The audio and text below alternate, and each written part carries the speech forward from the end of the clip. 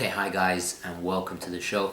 Today, before we get into this video, I have to do a quick wristwatch check, and of course I've put the Lacoste shirts away and got the long sleeve Brooks Brothers wool, cashmere and silk collection out for winter and fall, and I just love getting these out. They're so soft and comfortable, and it's a beautiful sunny day but nice and crisp and cool. Gone back to that classic autumn weather which is just so lovely. I just adore it. Anyway, quick wristwatch check.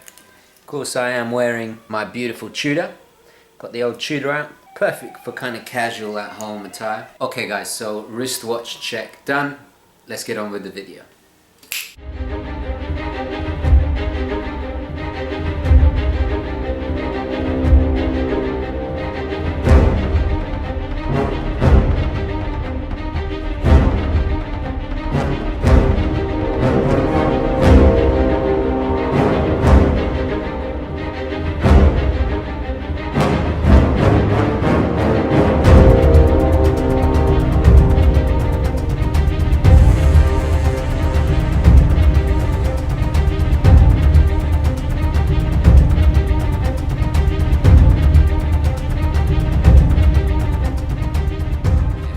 Guys, now today is a watch review, but a slightly different one. Now I think it was a few months ago I was watching my dear friend Aaron Alpha M doing a watch review, and he bought, I think it was a tie rock. I'll try and include a little snippet of it here, and it was quite a nice watch.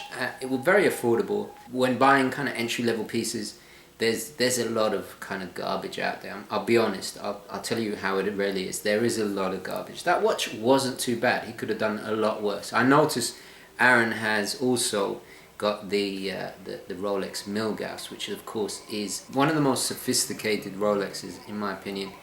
An absolute classic. It has that kind of tool, it's a balance of a tool watch that just looks great with casual and even smart attire. I really commend Aaron on his choice there. The tie rock, I must admit, it's not my cup of tea, to put it politely, but it got me thinking, and it's a question that comes up time and time again on the channel. They ask me what is a good first watch to buy, and they don't want to spend, you know, a ridiculous amount of money. They want to spend preferably under $200, and I did do a video about this very subject with my recommendations, and a watch that came up was the Bambino.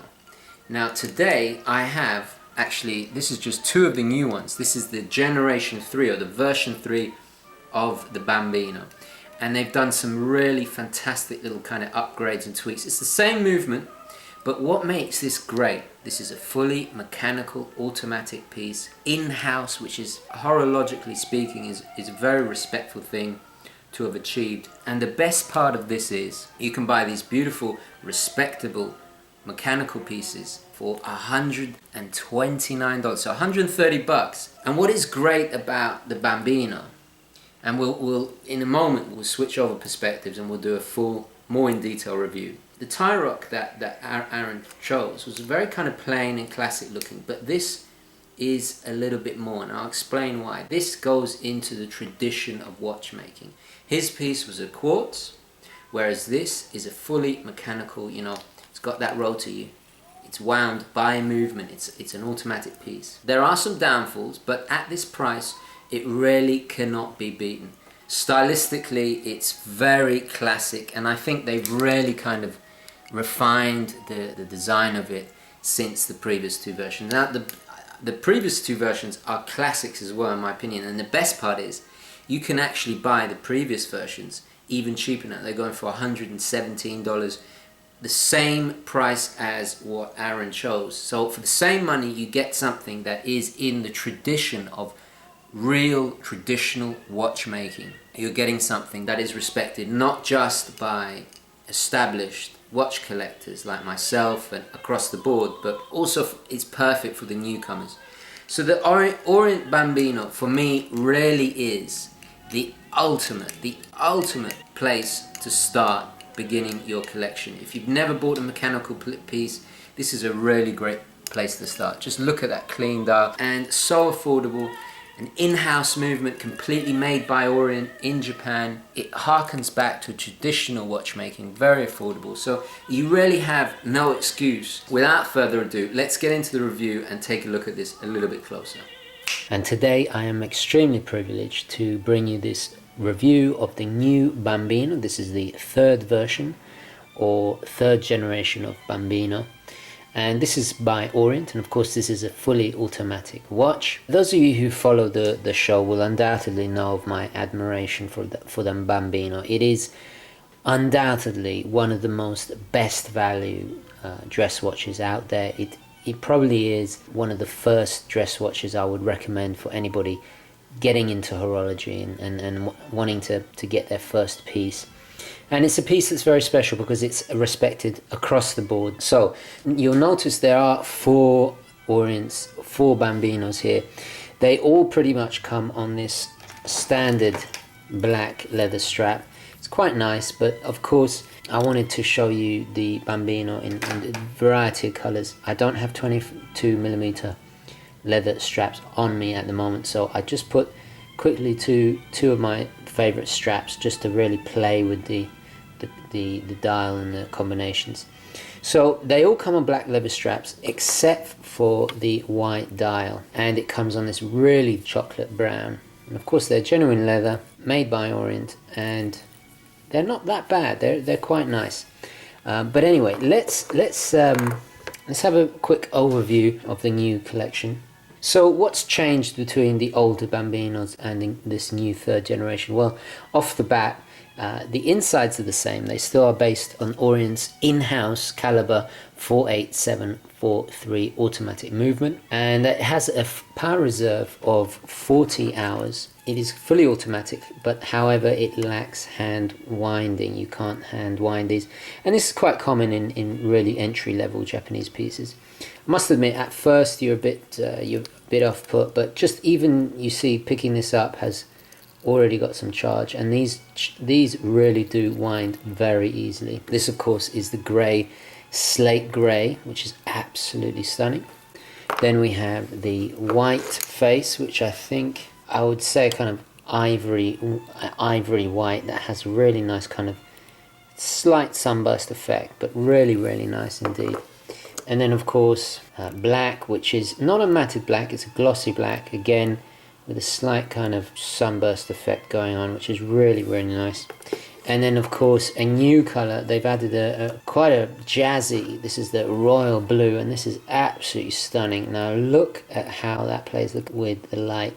Of course I had to put it on one of my Hirsch straps. Now do forgive me, there is 2mm of extra play here with the strap, but I just don't have 22mm straps on me at the moment, so I just thought I'd pop it on. This comes on a standard black leather strap, but I thought I might as well just play with the color a little bit and show you just how versatile these pieces really are. I mean, just look at how the black goes with it. Imagine upgrading the strap. Sorry if this will ever focus. Imagine upgrading the strap to a suede like this, really playing with the colors. It's fun, it's certainly a versatile piece, and all due to its very classic styling. So let's get the dimensions out of the way, and then we'll move on to discuss the pros and cons of the watch itself.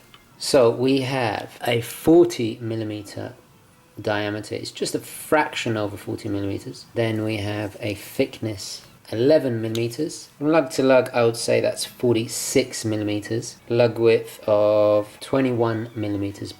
Bit unusual. We'll get into that in just a moment. So the size is a little bigger than you'd expect from a traditional dress watch.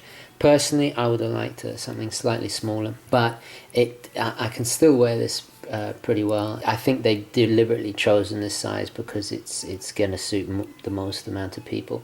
And you know, we're still in this phase of slightly larger watches these days, but I do feel it is going back to more traditional sizes, as I've mentioned in countless videos. Anyway, so let's have a look at the dial. Now the dial is where the biggest changes have come about. The case pretty much has stayed the same. I can't really notice any differences in the case. We still have these beautiful kind of brushed sides and then polished at the top of the lugs. Again, we have a signed crown, which is really nice to see that they've gone to the trouble of actually signing the crown at this price point. On the back, we have a screw down case back, signed Orient, of course, and a little engraving. This still has the plastic on it, so it trust me, the engraving is much better. A nicely done bezel here that is polished, and it's done really well. I mean, we're talking, you know, just over $100 really. These are going for $130 on Long Island watches, and I must admit that is an incredible price for what you're getting, and you expect to see this kind of craftsmanship in higher end pieces. So what's the difference between the old generation and the new one? Well, the difference is refinement in the dial. We'll look at the white one here because it's a little bit easier to see. They have applied markers at 12, 3, 6 and 9, and then the markers in the in-between numbers are just printed on the dial. So the markers here do catch and play with the light. I must admit, it's a nice touch. It is a nice touch. They have still the applied logo and the word automatic. So that hasn't really changed, which is nice to see. Another little detail is you'll see the hands have changed from kind of sword hands to these more Bauhaus-esque standard kind of baton hands, which are, if you notice, if you look, you can see that the minute hand is slightly curved to match the shape of the dial. Again, we have the date window at 3 o'clock, and the little indices is nicely just shortened a little bit to make room for that. It's very symmetrical. Obviously, you can't look at this without thinking of Bauhaus. There is a slight kind of nod to the Junghans watches, of course, which, you know, let's be honest, cost into a few grand. So if you don't particularly want a dress watch, but you want something along those lines and you don't want to spend an absolute fortune, this is really a good place to go. So let's just have a look at the black one. I really do like the texture, the glossiness of the dial. It's absolutely stunning. And again, you know, the across the board they've done the same thing with the mixture of applied and printed batons. So it's exactly the same across the board. Only difference is the main dial has changed color, and of course you get a different color strap with the white one, but they all come pretty much on the black leather strap. So looking at the grey slate dial, probably my favorite out of the bunch. It's nice that they've included this slate grey dial. It really is absolutely stunning. So we have a domed acrylic crystal here. Stands quite tall, but actually it's almost as big as the actual watch. As the actual case. So the watch is nice and thin and in keeping with that classic kind of dress watch aesthetic. Just look at the way the brush and polished surfaces catch the light. It's done exquisitely. I must admit, it's almost shocking for what you pay, and this is why it's such a good entry-level watch for anybody that's new to watch collecting, especially because you just get such quality for the money. But there are some, there are some downsides. So let's talk about the negatives of this watch. Well, personally, I think it's a little bit too big. I think for a dress watch, it should be really 38. You should have the option for 38. If we just pop it on my skinny little wrist here, it really should be a 38. It looks a little bit oversized for me. If you're a larger gentleman, then obviously it's going to wear perfectly. But I'm quite used to my 36mm Datejust and my even smaller Tudor now, so I think it is slightly oversized. Also, we're getting a low water resistance of just 30 meters, which basically means don't take it anywhere near water, which is understandable. So a low water resistance is a bit of a downer, but you can't have everything at this price range. Another thing is the domed crystal. Obviously it's quite tall, it's not sapphire. Again, you can't have everything at this price range, and it's so affordable, this watch. If it did break, you'd probably just buy another one.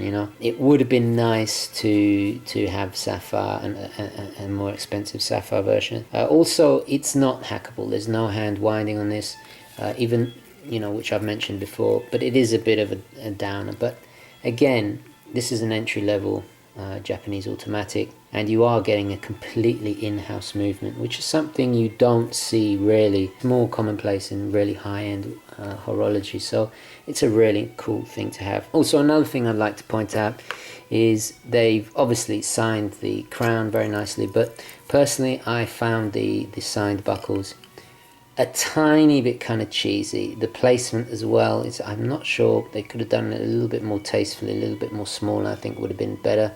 Also, I really don't like these giant big 22mm or 21 millimeter leather straps. They're just too big. They don't taper. They kind of, such a refined watch, but then they let it down with these rather kind of unrefined leather straps. Of course you can change this, and at this price range you can't expect everything, but this is quite common with affordable Japanese timepieces. They will have to cut corners somewhere, because otherwise you know, imagine if it had a high quality strap and sapphire and was a hackable movement, you know, we'd be talking, you know, closer to $1,000 rather than $100. So you can't have everything, but I do find this buckle a little bit kind of cheap looking, doesn't match the style. They've upgraded the refinements to such an extent of the actual main watch, but then the buckle kind of lets it down a little bit. I mean, I'm very, very fussy and I'm really nitpicking now, but you really have to kind of buy your own straps, you know. But that's a beautiful thing, it's so affordable, you can buy your own straps. And just have a look at how the watch really shines and comes into its own when you add your own straps. So that's pretty much the pros and cons. I mean, there's definitely more pros, more advantages. There are definitely more positives than there are negatives to this watch. It's just a beautiful kind of all-round affordable dress watch for those that really don't want to spend a fortune on the dress watch, perhaps only wear them every so often.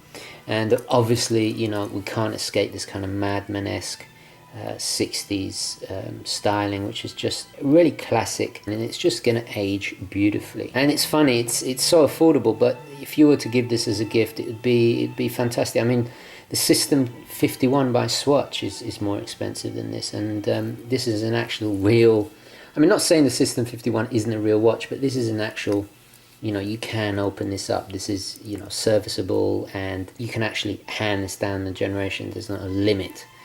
You can keep this watch going. So it really is a great kind of gateway into horology, and a great starting place for, you know, beginning your collection. Or if you're a seasoned collector and you just want an affordable dress watch option to match a particular color suit or something like that, then I think it's a fantastic way to go.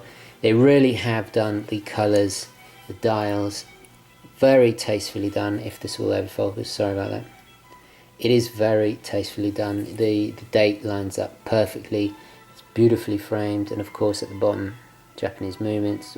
I adore their little heraldry, their little crest there. It's absolutely fantastic. And the great thing is obviously it makes the older Bambinos even cheaper, so you can get a really good deal now. Let's take it back to the studio.